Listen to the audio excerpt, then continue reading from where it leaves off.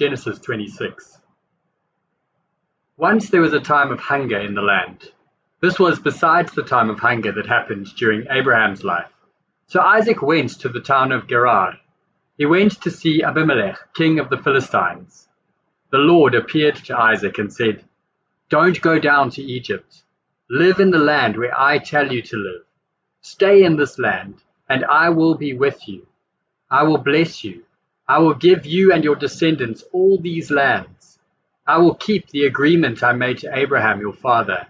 I will give you many descendants. They will be as hard to count as the stars in the sky. And I will give them all these lands. Through your descendants all the nations on the earth will be blessed. I will do this because your father Abraham obeyed me. He did what I said. He obeyed my commands, my teachings, and my rules." So Isaac stayed in Gerar. Isaac's wife Rebekah was very beautiful. The men of that place asked Isaac about her. Isaac said, "She's my sister." He was afraid to tell them she was his wife. He thought they might kill him so they could have her. Isaac lived there a long time. One day, as Abimelech, king of the Philistines, looked out his window, he saw Isaac. Isaac was holding his wife Rebekah tenderly. Abimelech called for Isaac and said, "This woman is your wife. Why did you say she was your sister?" Isaac said to him, "I was afraid you would kill me so you could have her." Abimelech said, "What have you done to us? One of our men might have had physical relations with your wife. Then we would have been guilty of a great sin." So Abimelech warned everyone. He said, "Anyone who touches this man or his wife will be put to death." Isaac planted seed in that land, and that year he gathered a great harvest. The Lord blessed him very much. Isaac became rich. He gathered more wealth until he became a very rich man. He had many slaves and many flocks and herds. The Philistines envied him. So they stopped up all the wells the servants of Isaac's father Abraham had dug. They had dug them when Abraham was alive. The Philistines filled those wells with dirt. And Abimelech said to Isaac, "Leave our country. You have become much more powerful than we are." So Isaac left that place. He camped in the valley of Gerar and lived there. Long before this time, Abraham had dug many wells. After Abraham died, the Philistines filled them with dirt. So Isaac dug those wells again. He gave them the same names his father had given them. Isaac's servants dug a well in the valley. From it a spring of water flowed. But the men who herded sheep in Gerar argued with Isaac's servants. They said, "This water is ours." So Isaac named that well Argue, because they argued with him. Then Isaac's servants dug another well. The people also argued about it. So Isaac named that well Fight. Isaac moved from there and dug another well. No one argued about this one. So he named that well Room Enough. Isaac said, "Now the Lord has made room for us. We will be successful in this land." From there, Isaac went to Beersheba. The Lord appeared to Isaac that night. The Lord said, "I am the God of your father Abraham.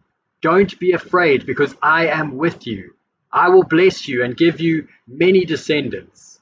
I will do this because of my servant Abraham." So Isaac built an altar and worshipped the Lord there. He made a camp there, and his servants dug a well. Abimelech came from Gerar to see Isaac. Abimelech brought with him Ahuzath, who advised him, and Phicol, the commander of his army. Isaac asked them, "Why have you come to see me? You were my enemy. You forced me to leave your country." They answered, "Now we know that the Lord is with you. We will make a promise to you, and we would like you to make a promise to us. We would like to make an agreement with you.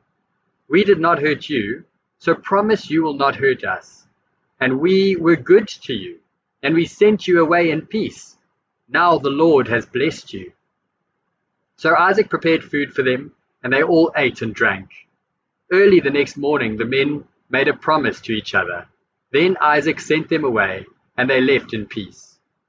That day Isaac's servants came and told him about the well they had dug. They said, "We found water in that well." So Isaac named it Sheba, and that city is still called Beersheba, even now. When Esau was 40 years old, he married 2 Hittite women.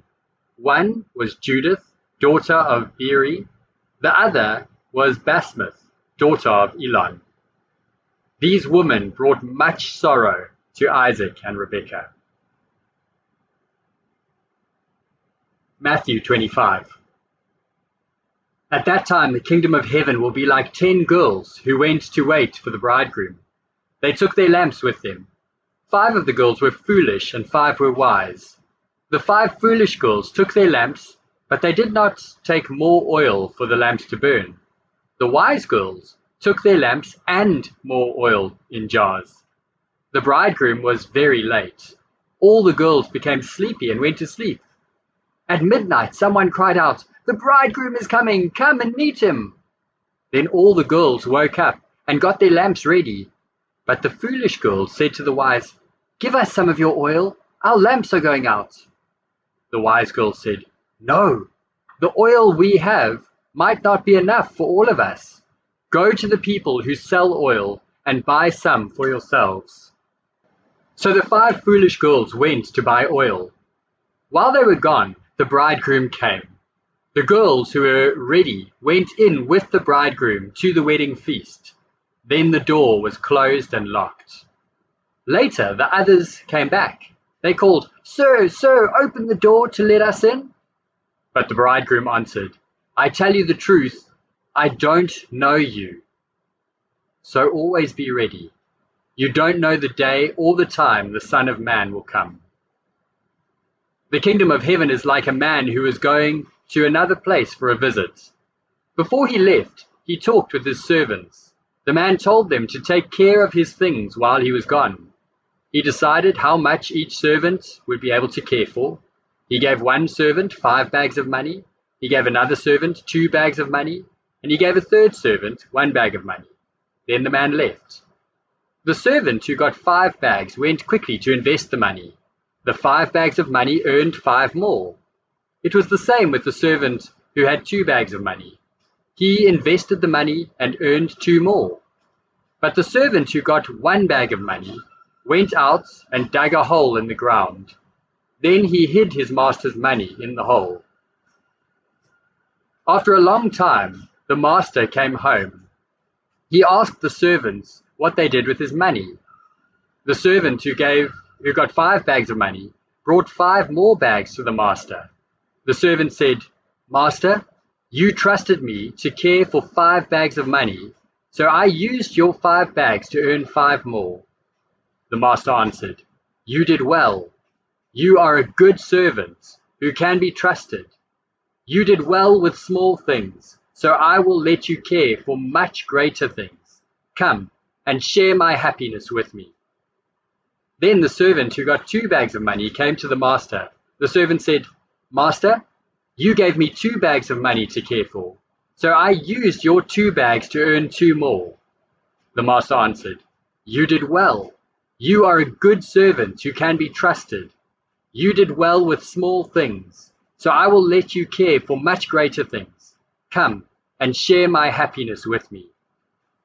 Then the servant who got 1 bag of money came to the master. The servant said, "Master, I knew that you were a hard man. You harvest things you did not plant. You gather crops that you did not sow any seed. So I was afraid. I went and hid your money in the ground. Here is the bag of money you gave me." The master answered, "You are a bad and lazy servant. You say you knew that I harvest things I did not plant, and that I gather crops where I did not sow any seed. So you should have put my money in the bank. Then, when I came home, I would get my money back with interest." So the master told his other servants, "Take the bag of money from that servant and give it to the servant who has 10 bags of money. Anyone who uses what he has will get more. He will have much more than he needs. But the one who does not use what he has will have everything taken away from him." Then the master said, Throw that useless servant outside into the darkness. There, people will cry and grind their teeth with pain. The Son of Man will come again in his great glory. All his angels will come with him. He will be king and sit on his great throne. All the people of the world will be gathered before him. Then he will separate them into two groups, as a shepherd separates the sheep from the goats. The Son of Man will put the sheep, the good people, on his right, and the goats, the bad people, on his left. Then the king will say to the good people on his right, "Come, my Father has given you his blessing. Come and receive the kingdom God has prepared for you since the world was made. I was hungry and you gave me food. I was thirsty and you gave me something to drink. I was alone and away from home and you invited me into your house. I was without clothes and you gave me something to wear. I was sick and you cared for me. I was in prison and you visited me." Then the good people will answer, "Lord, when did we see you hungry and give you food? When did we see you thirsty and give you something to drink? When did we see you alone and away from home and invite you into our house? When did we see you without clothes and give you something to wear? When did we see you sick or in prison and care for you?" Then the king will answer, "I tell you the truth. Anything you did for any of my people here, you also did for me." Then the king will say to those on his left, "Go away from me. God has said that you will be punished. Go into the fire that burns forever. That fire was prepared for the devil and his helpers. I was hungry, and you gave me nothing to eat. I was thirsty, and you gave me nothing to drink. I was alone and away from home, and you did not invite me into your house. I was without clothes, and you gave me nothing to wear. I was sick and in prison, and you did not care for me." Then those people will answer, "Lord, when did we see you hungry or thirsty? When did we see you alone and away from home? Or when did we see you without clothes or sick in prison? When did we see these things and not help you?" Then the king will answer, "I tell you the truth. Anything you refuse to do for any of my people here, you refuse to do for me." These people will go off to be punished forever, but the good people will go to live forever. Esther chapter 2. Later, King Xerxes was not so angry. Then he remembered Vashti and what she had done, and he remembered his orders about her. The king's personal servants had a suggestion. They said, "Let a search be made for beautiful young virgins for the king. Let the king choose supervisors in every area of his kingdom. Let them bring every beautiful young virgin to the palace at Susa. These women should be taken to the women's quarters and put under the care of Hegai. He is the king's eunuch in charge of the women. And let beauty treatments be given to them. Then let the girl who most pleases the king become queen in place of Vashti." The king liked this advice, so he did as they said. Now there was a Jewish man in the palace of Susa. His name was Mordecai, son of Jair. Jair was the son of Shimei, and Shimei was the son of Kish. Mordecai was from the tribe of Benjamin. Mordecai had been taken captive from Jerusalem by Nebuchadnezzar, king of Babylon. Mordecai was part of the group taken into captivity with Jehoiakim, king of Judah. Mordecai had a cousin named Hadassah, who had no father or mother. So Mordecai took care of her. Hadassah was also called Esther, and she had a very pretty figure and face. Mordecai had adopted her as his own daughter when her father and mother died. The king's command and order had been heard, and many girls had been brought to the palace in Susa. They had been put under the care of Hegai. When this happened, Esther was also taken to the king's palace. She was put into the care of Hegai, who was in charge of the woman. Esther pleased Hegai, and he liked her. So Hegai quickly began giving Esther her beauty treatments and special food. He gave her 7 servant girls chosen from the king's palace. Then Hegai moved Esther and her 7 servant girls to the best part of the women's quarters. Esther did not tell anyone about her family or who her people were. Mordecai had told her not to. Every day Mordecai walked back and forth near the courtyard. This was where the king's woman lived. He wanted to find out how Esther was and what was happening to her. Before a girl could take her turn with King Xerxes, she had to complete 12 months of beauty treatments.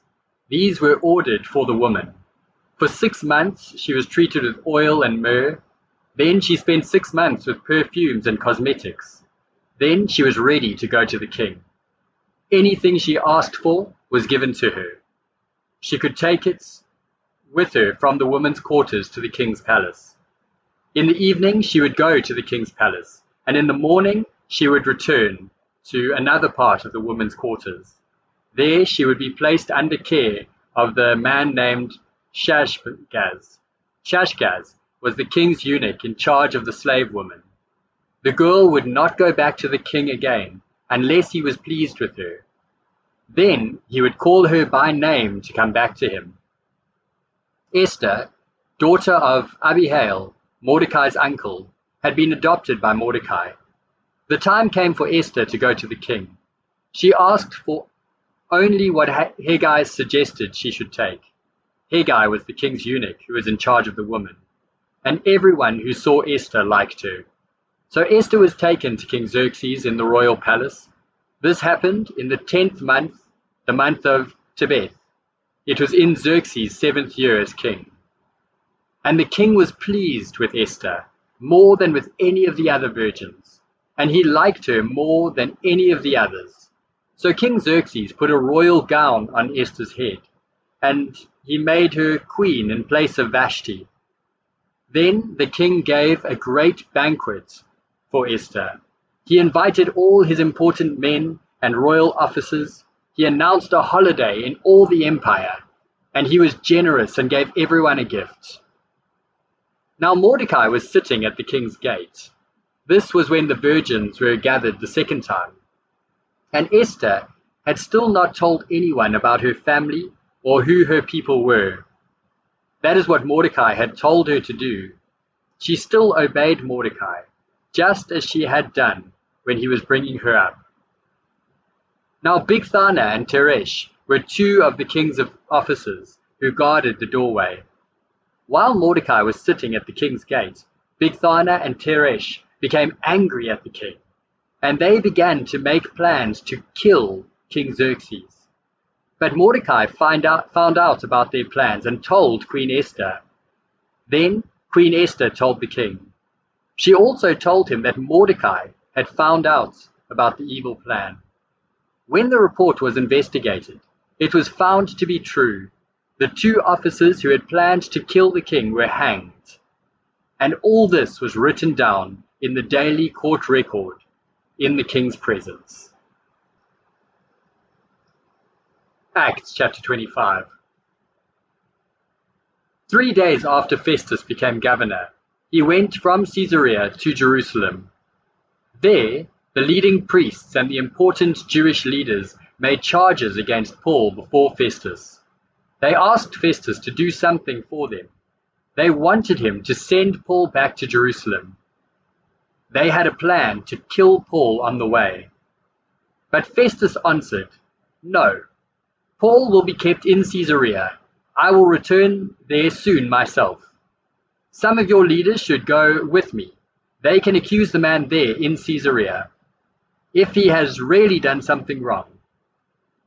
Festus stayed in Jerusalem another 8 or 10 days. Then he went back to Caesarea. The next day, he told the soldiers to bring Paul before him. Festus was seated on the judge's seat. When Paul came into the room, the Jews who had come from Jerusalem stood around him. They started making serious charges against Paul, but they could not prove any of them. This is what Paul said to defend himself. "I have done nothing wrong against the Jewish law, against the temple, or against Caesar." But Festus wanted to please the Jews. So he asked Paul, "Do you want to go to Jerusalem? Do you want me to judge you there on these charges?" Paul said, "I am standing at Caesar's judgment seat now. This is where I should be judged. I have done nothing wrong to the Jews. You know this is true. If I have done something wrong, and the law says I must die, I do not ask to be saved from death. But if these charges are not true, then no one can give me to them. No, I want Caesar to hear my case." Festus talked about this with the people who advised him. Then he said, "You have asked to see Caesar, so you will go to Caesar." A few days later, King Agrippa and Bernice came to Caesarea to visit Festus. They stayed there for some time, and Festus told the king about Paul's case. Festus said, "There is a man that Felix left in prison. When I went to Jerusalem, the leading priests and the Jewish elders there made charges against him. They wanted me to sentence him to death. But I answered, 'When a man is accused for a crime, Romans do not hand him over just to please someone. The man must be allowed to face his accusers and defend himself against their charges.'